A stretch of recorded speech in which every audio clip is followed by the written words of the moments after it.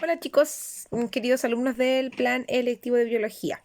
Tal como les comenté al inicio del año académico, este año el plan electivo es un poco distinto, ya los electivos son diferentes. Es algo nuevo para ustedes y también para nosotros. Desde el área de la biología, nosotros vamos a trabajar la biología celular y molecular, ¿ya? Obviamente no como algo tan de laboratorio ni tan de práctico, sino que más bien desde el punto de vista conceptual y vamos a tratar de hacer la medida de lo posible, ¿no es cierto?, algunas cosas, esperando obviamente que esta pandemia pase, porque obviamente tenía muchos planes para este electivo. Me encanta la biología celular y molecular, ustedes lo saben, y tenía algunos planes para que ustedes se pudieran acercar aún más a la realidad.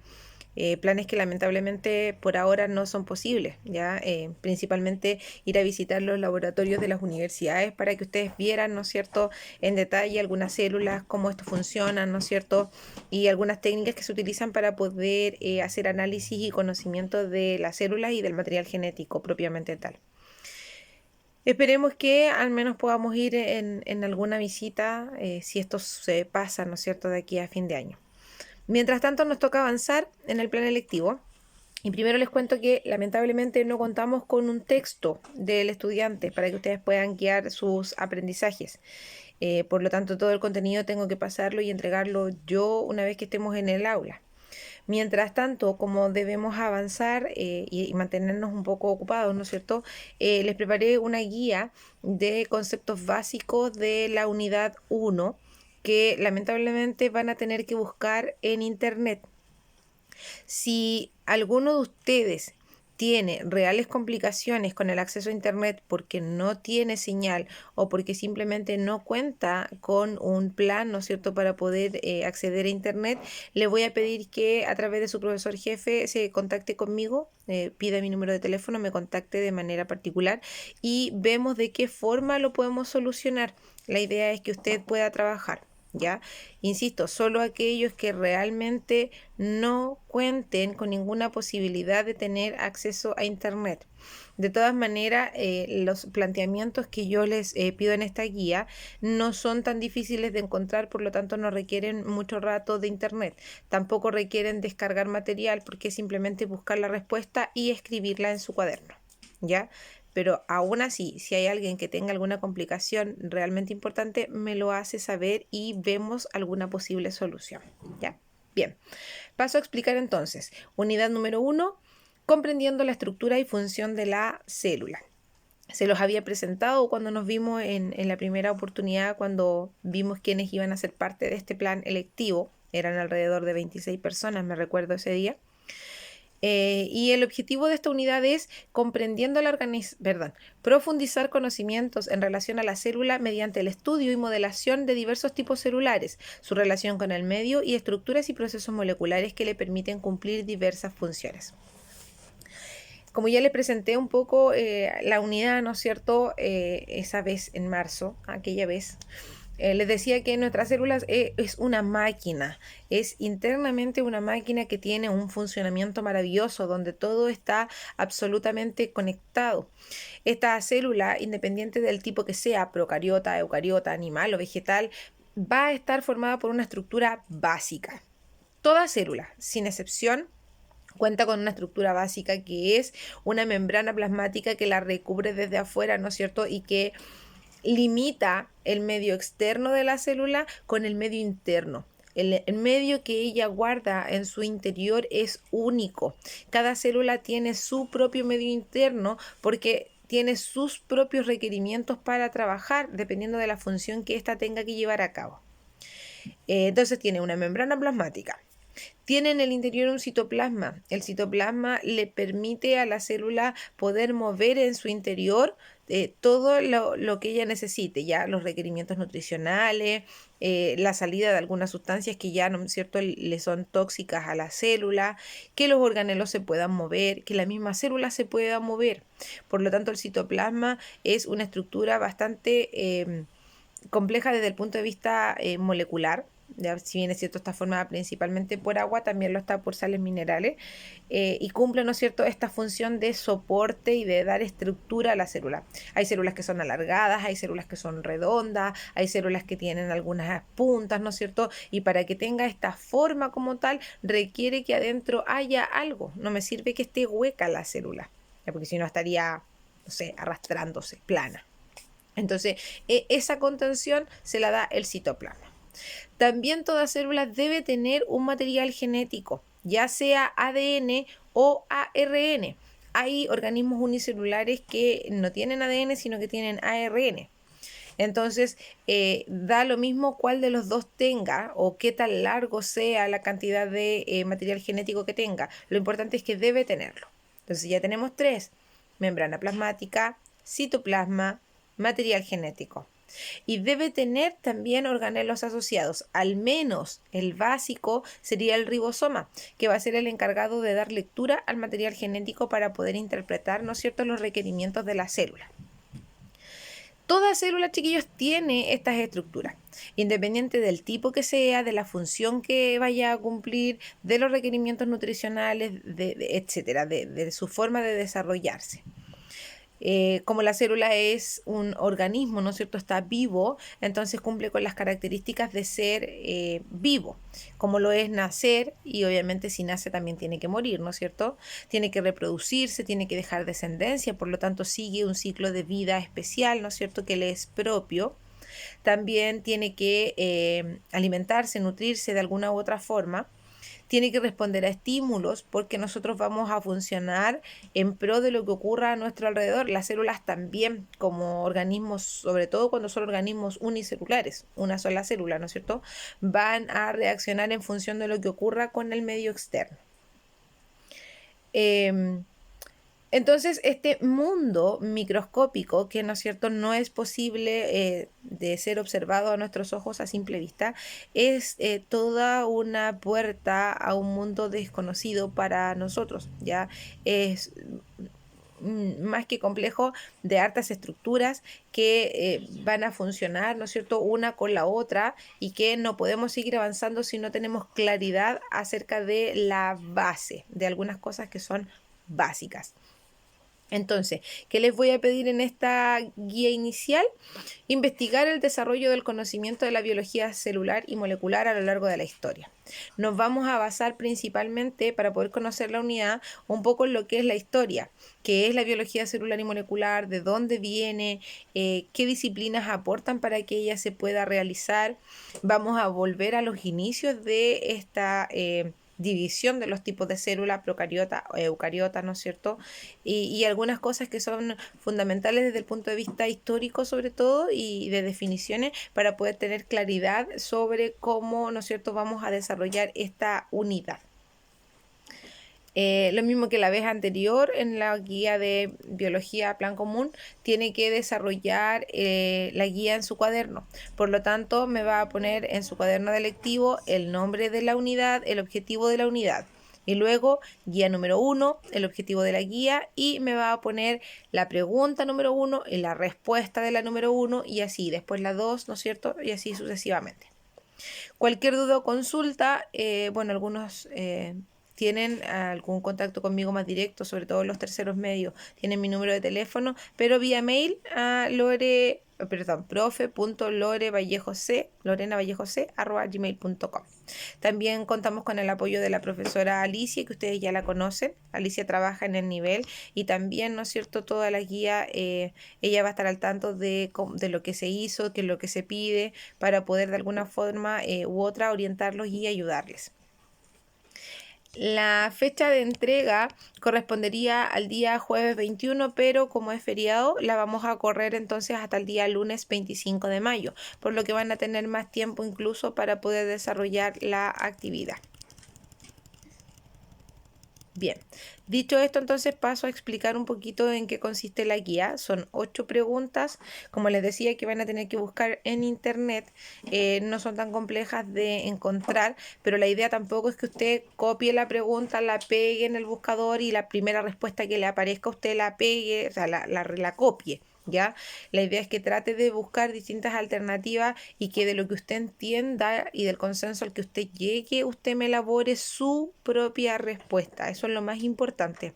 ¿Ya? No saca nada con poner una serie de términos que son súper complejos y que ni usted entiende. La idea es que me quede claro que usted entendió.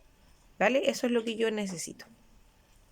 Bien, investigue y reflexione, la número 1, sobre la importancia de la biología celular y molecular en la vida de las personas, abarcando ámbitos como la medicina, salud, deporte, alimentación y medio ambiente.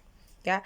El hecho de que conozcamos nuestras células no es solamente para conocer cómo están internamente, sino que porque de alguna u otra forma favorecen el mejor desarrollo, sobre todo de los seres humanos. Desde el punto de vista de la salud, está claro, ¿no es cierto? Conocer las células nos abre un mundo a conocer lo que son las bacterias, lo que son los hongos, lo que son los protozoos, que causan muchas veces enfermedades y que por lo tanto, si yo los conozco, puedo combatirlos de mejor manera. También reconociendo que un virus no es un organismo vivo, pero sí, ¿no es cierto?, tiene estructuras que le son bastante características y que también yo las puedo aprender a conocer a través de la biología molecular, porque está formado principalmente por moléculas y macromoléculas el virus, y por lo tanto también, ¿no es cierto?, me sirve para poder combatirlo. Desde el punto de vista de la salud, ¿no es cierto?, entender que todas las células de nuestro cuerpo cumplen un rol trascendental, por lo tanto, conocer cómo ellas funcionan, saber cuáles son sus necesidades me va a permitir a mí tener una mejor salud. Desde el punto de vista, por ejemplo, de la alimentación, lo mismo. Suena un poco chistoso, pero yo a veces les digo, no es que yo como ser humano tenga hambre. Ya, si bien es cierto, es maravilloso comer, nos encanta comer, sobre todo cosas ricas, ¿cierto? Pero no es que yo tenga hambre, lo que pasa es que hay un grupo de células importante en mi cuerpo que está con un requerimiento nutricional, ¿ya? Les faltan algunos nutrientes, ya ustedes trabajaron todo lo que son los nutrientes en el Biología Plan Común, así que ya tenemos alguna claridad, ¿no es cierto?, de qué es lo que están requiriendo mis células. Carbohidratos, proteínas, grasas, vitaminas, ¿no es cierto?, etcétera. Y por lo tanto, mis células están enviando señales a mi cerebro que indican, mi cerebro, ¿no es cierto?, elabora la respuesta, le indica a mi estómago que se empiece a mover, que empiece a sonar, porque mis células requieren esos nutrientes para poder funcionar. Por lo tanto, si se dan cuenta, está todo conectado en el conocimiento de lo que son las células. Desde el punto de vista de medio ambiente, si yo conozco bien, ¿no es cierto?, los organismos celulares, las moléculas que lo componen, ¿no es cierto?, o las moléculas que estos pueden llegar a formar, yo, por ejemplo, desde el punto de vista de medio ambiente, puedo tener biodiesel, por ejemplo, combustibles que me van a permitir, ¿no es cierto?, tener una alternativa distinta al petróleo. Vamos a poder utilizarlo en el... ¡Ay, se me fue! Se me fue la palabra. En el reciclaje, ahí está, en el reciclaje de ciertos componentes, ¿no es cierto?, que le voy a poder yo dar a través de, por ejemplo, el funcionamiento de las bacterias, un nuevo uso, una nueva utilidad, ya, así que no lo voy a desechar como basura, por poner algunos ejemplos. Así que desde ahí, ¿no es cierto?, resaltar cuál es la importancia. Lo pueden hacer una por una, pueden hacer una tabla, como a ustedes les salga más conveniente. 2. Realice una investigación bibliográfica relacionada con los principales hitos en el conocimiento de la biología celular y molecular que han sucedido a través del tiempo, enfatizando los aportes realizados por otras disciplinas científicas como la química, la física y la matemática. Luego, con la información recopilada, elabora una línea de tiempo, destacando los hitos más relevantes, sus fechas y quienes las proponen. Yo acá, la investigación usted la realiza usted, va tomando apuntes, ¿no es cierto?, en alguna hoja, por ahí, en algún cuaderno, pero lo que yo le pido en la número 2 es que me haga finalmente una línea de tiempo. ¿Ya? No le pido una cartulina, ¿ya? Lo puede realizar en su cuaderno, poner el cuaderno de manera horizontal, ¿no es cierto? Y puede hacer la línea, si le falta espacio puede continuar abajo, ¿ya? No le va a resultar tan larga porque la biología celular y molecular es bastante nueva en el área de la biología, así que tantas cosas no van a encontrar, pero lo que sí es importante es lo que les pedí ahí, de qué forma esta se va relacionando con otras disciplinas, sobre todo con la química. La biología molecular implica el funcionamiento, el conocimiento de la química para poder entender qué son las moléculas, cuándo se fabrican, qué requerimientos tienen, para qué me van a servir, etcétera. Obviamente toda la ciencia de alguna u otra forma está ligada a los cálculos, así que por lo tanto matemática se vuelve trascendental. Y la física siempre va a estar acompañando, perdón, a la química y a la biología. Así que todos los aportes que ustedes puedan encontrar, ¿no es cierto?, los van a registrar y finalmente lo van a transformar en una línea de tiempo. 3. Argumente las implicancias sociales, éticas, económicas y ambientales relacionadas con la aplicación de la biología celular y molecular. Acá también hay que hacer un poquito de investigación antes de llegar y escribir cualquier cosa que encuentren a la primera, ¿ya?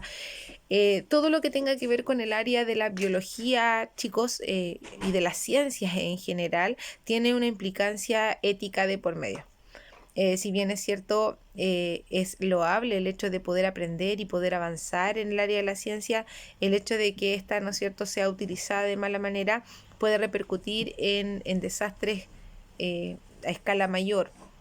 Ya, no sé, a lo mejor liberar un virus o una bacteria muy compleja a la población y generar una pandemia, que fue incluso lo que se pensó con el coronavirus también en una primera instancia, ¿cierto? No hay nada que lo demuestre, pero más de alguno lo propuso en una primera instancia, ¿ya? Por lo tanto, conocer la biología celular y molecular puede ser un arma para una guerra mundial. Desde el punto de vista moral, ¿no es cierto? Es súper cuestionable el hecho de que yo maneje esta información y de la forma en la cual la utilice, ¿ya? Como estamos hablando de organismos vivos, entonces también, ¿no es cierto?, hay un costo moral importante. Piensen, por ejemplo, en el hecho de que si yo conozco la biología celular y molecular, puedo llegar a hacer clones de organismos vivos. Por lo tanto, ahí entra la parte ética a sonar, ¿no es cierto?, de manera muy fuerte, porque repercute en el diálogo que uno pueda establecer con una persona. No todos van a estar de acuerdo con el uso de este conocimiento de esa manera. Desde el punto de vista económico, ¿ya? Obviamente, si yo tengo, ¿no es cierto?, un nivel de conocimiento sobre la biología celular y molecular y la utilizo y el resto no lo tiene, todo lo que yo genere a partir de ella obviamente va a tener un costo mucho mayor. Lamentablemente en Chile no tenemos tantos avances tecnológicos ni tantos procesos de investigación en el área de la biología celular y molecular. Por lo tanto, todo lo que conocemos y todo lo que trabajamos más bien es comprado afuera. Lo traemos para acá, lo utilizamos acá, pero proveniente de afuera. Por lo tanto, nuestra economía... en nuestra economía hay una repercusión importante. Todo eso que yo invierto podría perfectamente gastarlo en nivel mucho menor, a lo mejor si trabajáramos desde el punto de vista de la investigación acá, para poder elaborar nuestros propios medicamentos, para poder elaborar algún componente químico, ¿no es cierto?, que nos ayude, por ejemplo, los fertilizantes, los insecticidas, los biodiesel, con el uso de estos organismos vivos que son las células. Así que acá, ¿no es cierto?, tomar todas las áreas, implicancias sociales, éticas, económicas y ambientales, cada una de ellas. También lo puede hacer a través de una tabla o simplemente si quiere lo redacta. 4. ¿Cuáles son los principales aportes que presenta la biología molecular al conocimiento científico? Acá, chiquillos, tienen que extrapolar la biología molecular a todo el mundo de la ciencia. ¿Por qué es importante? ¿Cuál es el aporte de esta biología molecular para otras áreas? A ver, les puedo soplar, por ejemplo, para la biología molecular es importantísima para conocer las evidencias a favor de la evolución y, ¿no es cierto?, entender la evolución desde el punto de vista biológico con pruebas fehacientes que ratifiquen, ¿no es cierto?, la información que se plantea. Por lo tanto, no conoceríamos la evolución como tal hoy día de manera tan fehaciente si no tuviéramos, por ejemplo, los avances en biología celular y molecular. Molecular, en este caso, la pregunta es molecular. 5. ¿Por qué la biología molecular tuvo un origen posterior a la biología celular? Me refiero a, ¿por qué no conocimos la biología molecular antes que la celular? ¿Qué tiene de importancia o por qué primero surge la celular y luego la molecular? ¿Ya? ¿Por qué es trascendental que, ¿no es cierto?, se dé este paso primero y luego avancemos hacia una biología molecular? Después se le pide que complete una tabla. Esa es muy fácil, incluso la pueden encontrar en textos de séptimo, octavo básico, porque les pide que completen la tabla según los tipos de células que yo ya se los puse ahí, la procariota, la eucariota animal y la eucariota vegetal. Las características que cada una tiene, los organelos básicos que cada una de ellas tiene, y que me elabore un pequeño dibujito, ¿no es cierto?, en esa misma tabla para poder establecer de manera súper clara las diferencias. Si le complica dibujar y tiene la posibilidad de imprimir, no tengo ningún problema en que imprima y pegue la imagen. Lo que yo quiero es que le quede claro desde el punto de vista visual cuáles son las diferencias entre estos tipos de células. Número 7, explique qué es primero, la estructura o la función celular. Si vamos a conocer la célula, también tenemos que entender la biología, los postulados de la biología celular básica, ¿ya? Y es que, ¿no es cierto?, la célula es la unidad básica, funcional y estructural de todo ser vivo. Creo que en más de alguna oportunidad se los he mencionado y se los he explicado.